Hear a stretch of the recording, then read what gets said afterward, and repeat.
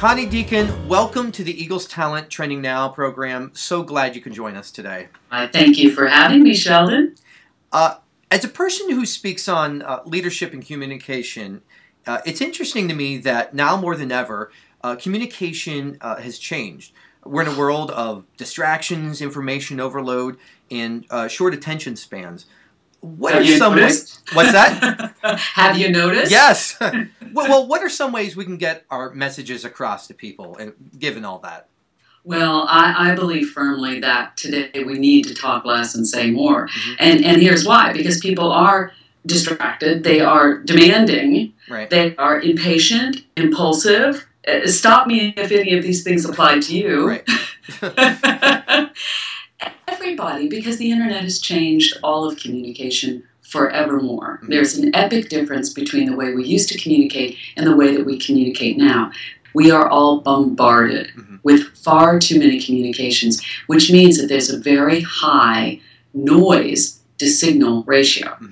And what we need to do is flip that and ensure that we ourselves as communicators are putting out a high signal to noise ratio.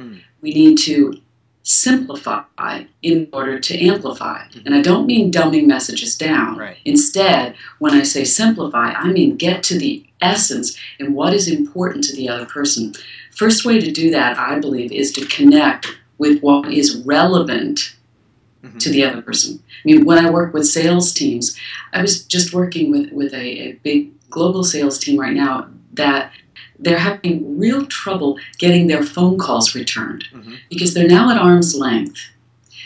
People are no longer just wanting in-person meetings, and so they're doing a lot of things remotely. And they say, Connie, people are not returning our phone calls. They're not returning our emails, all of this. What is going on? How do we handle this? So we came up with a whole procedure for them to follow. And it's amazing what has happened. Now people are returning their calls. So for example, you can just leave a quick voicemail message letting them know, hey, I'd like to bring you lunch. Blah, blah, blah. Right. And she said, boom, they're calling us back. Right. And even the subject line and what your email says so that it's relevant to them. And those first two lines, the only things that are showing up on their iPhones or their Blackberries, whatever they're using, has to feel significant. Right. And cut to what's at stake for the other person. Well, it's interesting because so many more people are really looking at their emails on their Blackberries and all that. You probably have more of a chance of catching someone on that for their desktop. Yeah, but the problem is we're so inundated that it's delete, delete, delete, delete, delete, delete, delete. We're deleting things without fully looking at them. I would subscribe to the fact that most of us don't actually read anymore. We, as far as our phones go, we skim, and we're looking through there for relevance to get rid of things that are cluttering us, and we're trying to get rid of the noise. I believe in making yourself the signal, not the noise. You do that by connecting, first of all. So that subject line is very important if we were talking emails, voice messages, and then in person. When you're with somebody, it's really a transfer of emotion. I mean, there's really three things happening. There's what you say, there's what you wish you had said, and there's what the other person is experiencing. They're the gatekeeper. They can tune you out at any moment. And therefore, we need to ensure that it really connects with them so they give us permission to move on and then convey information to them. And the problem with information, as you know, is that we're giving out way too much. Yeah. So if we want people to listen to us, first we have to connect with them. Then we have to convey information with portion control so they don't feel overwhelmed and say, okay, I'll let you through. I get it. I understand, not I'm confused. Right. And then finally we need to convince them to do something with it, to take an action, which means that we need some commitment on their part. Just because they got the email and maybe even read it doesn't mean anything is going to happen. I heard you recently talk about the importance of listening. And you said listening is the desire to hear. Do you think that sometimes we kind of forget to listen to others, whether it be leaders, employees, etc.? Completely. It is as if we all are being shot up with cocaine these days, and we're just like this always, we're formulating our next question before we're even hearing a person out. We're not listening to the essence of what is their issue, their concern, what's on their mind, what's relevant to them. We're so busy formulating. And in some cases, it can come either from that good place in our heart or that bad spot in our ego. The good part in our heart is that we're really trying to help people, give them everything that they might need. So we're not listening to them, we're just pushing out. The bad spot is that sometimes we're self-preserving. We're trying to make sure that everybody knows how hard we work and how much we know and how much we're doing. Right. And so we're formulating in our brains just pushing out, pushing out, pushing out, not hearing what is relevant to the other person. But hearing is, as I said, the desire to hear, but it's also hearing the intent, not just getting caught up on the words people say. And that's why email and text messaging and such is causing such chaos today, because we cannot hear the intent. And when you can't hear the intent, we assign it our own intent. Right. Which often is the worst possible intent. And then we've got... That's how wars get started, right? Yeah, exactly. I think that's it. And what's happening today is we have all kinds of people with hurt feelings and angry at each other in the workplace, teams with these silos and the us versus them mentalities, and things not working together smoothly, people not being able to influence each other at all because we're all caught up in the, well, you don't get me. You don't understand me. Right. How important is it, whether you're a leader or in sales and you're trying to sell an idea or a product, that you speak not only intellectually on a subject, but emotionally on a subject? It's everything. When you're in person with someone, when you have time with another human being, it's a transfer of emotion.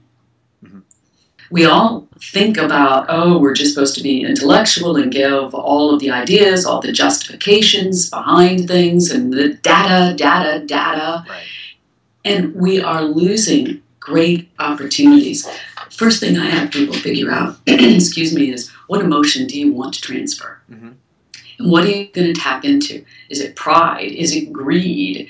What is that is driving the other person? And we have to understand what's at stake for them. What are their knowledge gaps?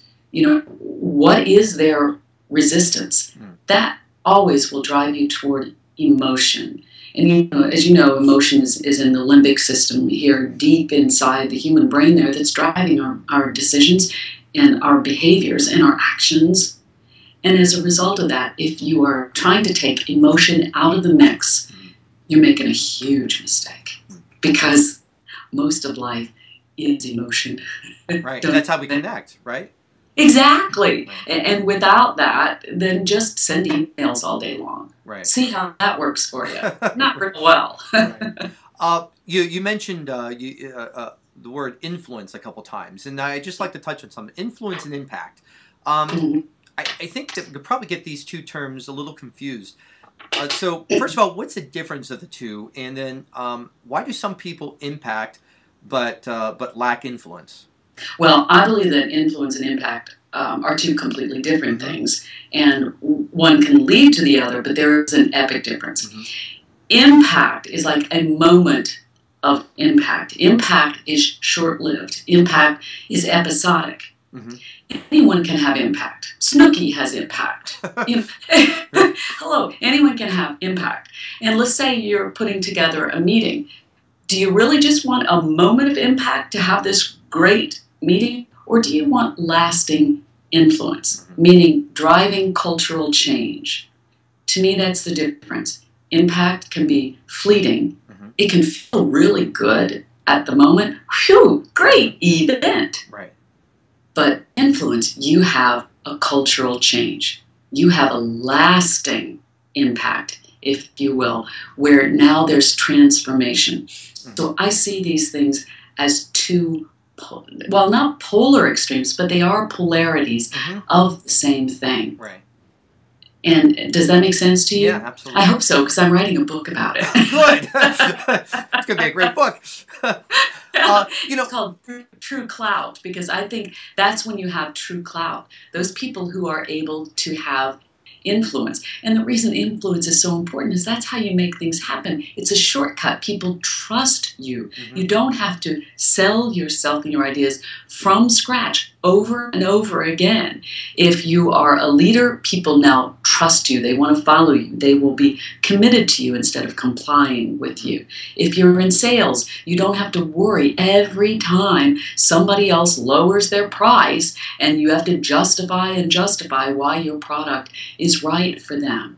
You will have influence over them, meaning you are part of their world, not just some little moment of impact. You spent a lot of time in television as a news anchor, reporter, talk show host. You used to watch me. Exactly. We were talking about this just before the interview. In old Ohio, home state. Scary. I had big hair. Do you remember? Yes, I think everybody did. Look, my brother had big hair, right? So, but why did we have big hair, Sheldon? We had to have big hair because we had big shoulder pads. That's right.